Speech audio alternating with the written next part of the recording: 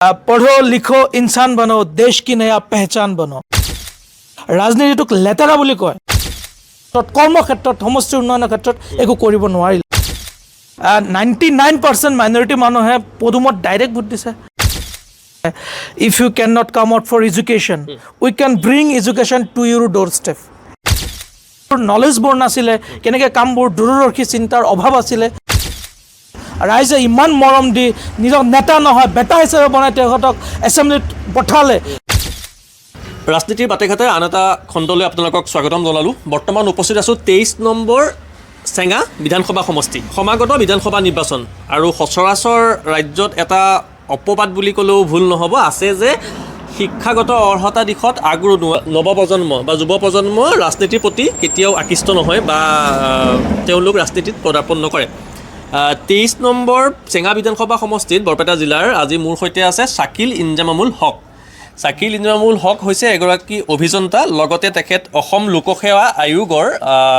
মেইনছলৈকে ন আপুনি প্ৰাৰম্ভিক যি মেইনছৰ তেখেত এপিয়াৰ হোৱা এজন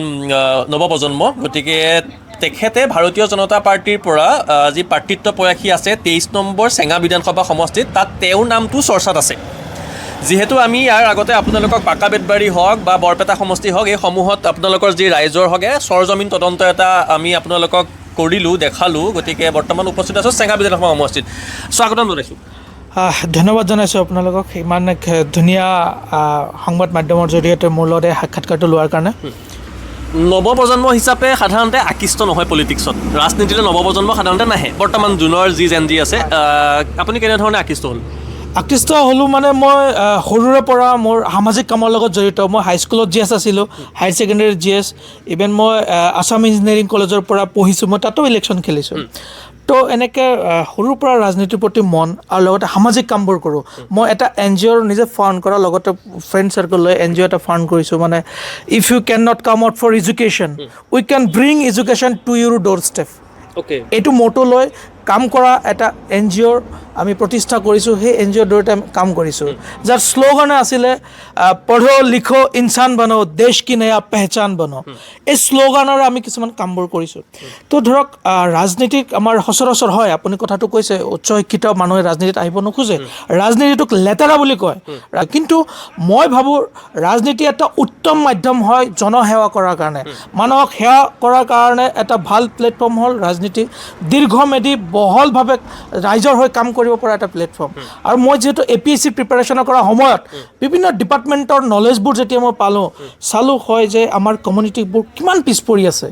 কিমান স্কিমছৰ পৰা দূৰত আছে কিমান ডেভেলপমেণ্ট হ'ব লাগিছিল সেইবোৰৰ পৰা দূৰত আছে এটা ভাল প্ৰতিনিধি মানে আমাৰ অঞ্চলৰ পৰা সমষ্টিৰ পৰা আমি আগুৱাই দিবলৈ সক্ষম নহ'লোঁ যোনবোৰ নেকি অকল নিজৰ ব্যক্তি স্বাৰ্থৰ কাৰণে চিন্তা কৰিলে কিন্তু মোৰ যিহেতুকে সৰুৰ পৰা সামাজিক কামৰ লগত জড়িত আৰু ইফালে ৰাজনীতিৰ প্ৰতি অলপ মন আছিলে দুটা কম্বাইন কৰি এইবাৰ যি আমাৰ চেঙা সমষ্টিৰ এটা উপযুক্ত সময় এতিয়া সময়ৰ আহ্বান আমাৰ বিজেপি দলৰ আঁকোৱালি লোৱাটো যিহেতু বিগত সময়ছোৱাত ৰাইজে কংগ্ৰেছক নিজৰ বুকুৰ দি সময়বোৰ দিছে ARDFক সময় দি চাইছে এইবাৰ এটা সময় আহিছে ৰাইজৰ বাঞ্ছা লৈছে যে আমি চৰকাৰৰ লগত থাকিব লাগিব তো বিজেপিৰ ৰাইজৰ কিছুমানৰ উৎসাহ উদ্দীপনা তেওঁলোকৰ হেৰিত হেঁচাত আৰু লগতে মোৰো মন আছে সেইটো কাৰণত মই আজি ভাৰতীয় জনতা পাৰ্টিৰ ফালৰ পৰা প্ৰাৰ্থিত্ব প্ৰত্যাশীৰ কাৰণে আবেদনটো কৰিছোঁ শাসকীয় দলৰ এজন বিধায়ক থকাহেঁতেন আপোনালোকৰ চেঙা সমষ্টিটো যথেষ্ট আগবাঢ়িলেহেঁতেন আজিৰ দিনত আপুনি শাসকীয় সমষ্টিৰ যদি এজন বিধায়ক নথকাৰ কাৰণে চেঙা সমষ্টি উন্নয়নৰ দিশত যথেষ্ট পিছ পৰি আছে বুলি আপুনি কি ভাবে 100% আমাৰ শাসকীয় বুলি ক'লে আগতে শাসকীয় কংগ্ৰেছৰ সময়ত আমাৰ ইয়াৰ পৰা মিনিষ্টাৰ হৈছে MLA হৈ গৈছে কিন্তু তেওঁলোকে কি কৰিলে নাজানো মেবি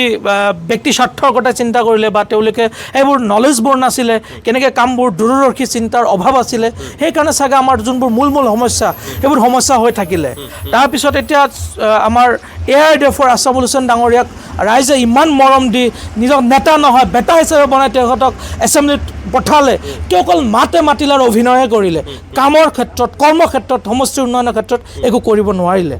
এক দুৰ্ভাগ্যজনক কথা ৰাইজে এইবোৰ বস্তু উপলব্ধি কৰিছে সেইকাৰণে এতিয়া বহুত মানুহে কথাবোৰ কৈ আছে যে নাই আমি ৰুলিং পাৰ্টিৰ লগত থকাটো আমাৰ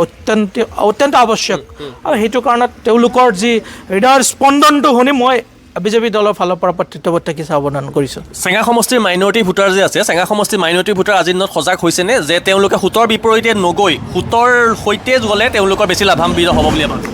নিশ্চিত চেঙা সমষ্টিৰ ৰাইজে যোৱা পঞ্চায়ত ইলেকশ্যনৰ সময়তে 99% মাইনৰিটি মানুহে পদুমত ডাইৰেক্ট ভোট দিছে। আমাৰ জিলা পৰিষদ জিকাইছে এটা, আৰু দুটা জিলা পৰিষদ আপোনাৰ বিজেপি দলৰ পৰা প্ৰক্ষেপিত প্ৰাৰ্থী আছিলে, তেওঁলোক যদিও হাৰিলে কিন্তু ভোট শ্বেয়াৰটো যথেষ্ট ভাল। তো তাৰপিছত 22টা জিপিৰ 13টা জিপিয়ে বিজেপিয়ে গঠন কৰা, আৰু আপোনাৰ এপি মেম্বাৰ ভোটখিনি বিজেপি দলৰ প্ৰতি আকৃষ্ট, আৰু যিমানবোৰ ৰিটায়াৰ্ড পাৰ্চন হয়, সমাজ সচেতন ব্যক্তি, সমাজ হিতকী চিন্তা কৰা মানুহ, তেওঁলোকে এইবাৰ উপলব্ধি কৰিছে যে হয় আমি যদি আমাৰ সঁচাকৈ অৱস্থাৰ পৰিৱৰ্তন বিচাৰোঁ, যদি আমাৰ গৰাখহনীয়া সমস্যাটো সমাধান লাগে, যদি আমাৰ মাটিৰ পাট্টা লাগে, যদি আমাৰ স্বচ্ছ নিকা চাকৰি লাগে, তেনে আমি বিজেপি দলত থাকিব লাগিব। তেওঁলোকে উপলব্ধি কৰিছে, আৰু সেইটো কাৰণতে আজি মই এনেকৈ এটা প্লেটফৰ্মত ওলাই আহিছোঁ। দলে যদি আপোনাক প্ৰাৰ্থিত্ব প্ৰদান কৰে তেতিয়াহ'লে চেঙা সমষ্টিৰ প্ৰথম দুটা কাম? চেঙা সমষ্টি বুলি ক'লে আমাৰ জাতীয় জীৱনৰ আটাইতকৈ ডাঙৰ সমস্যাটো হ'ল গৰাখহনীয়া সমস্যা। আমাৰ চেঙা সমষ্টি গাতে লাগি থকা আপোনাৰ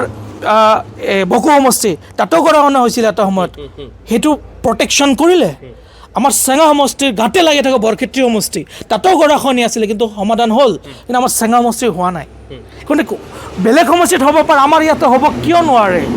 সেই বস্তুটোৰ ৰিজনটো মই বিচাৰি উলিয়াইছোঁ, তাৰ সমাধানৰ দিশ মই উলিয়াইছোঁ, আৰু মই পাৰিম বুলি মোৰ দৃঢ় বিশ্বাস। প্ৰথম কথা হ'ল মই গৰাখহনীয়া সমাধান কৰিম। দ্বিতীয় কথাটো হ'ল মোৰ মূল কাম থাকিব, কোনো এটা জাতি আগবাঢ়িব গ'লে তেওঁ শিক্ষাৰ দিশত আগবাঢ়িব লাগিব।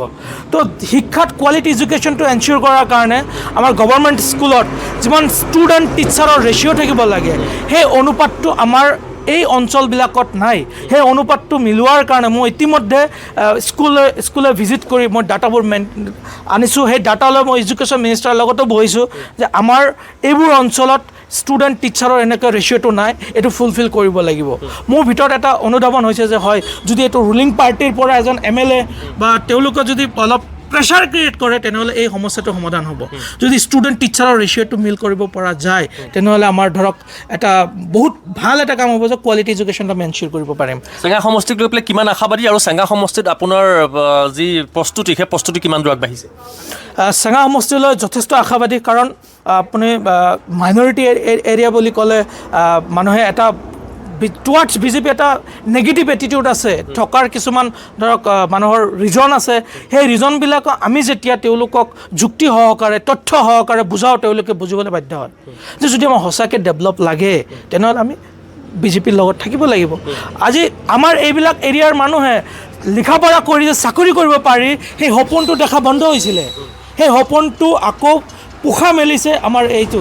বিজেপি গভৰ্ণমেণ্ট অহাৰ পিছত। লিখা পঢ়া কৰাৰ পিছতো যে দুখীয়া ঘৰৰ ল'ৰা ছোৱালী যে চাকৰি পাব পাৰে, সেই সপোনটো এতিয়া দেখিবলৈ আৰম্ভ কৰিছে।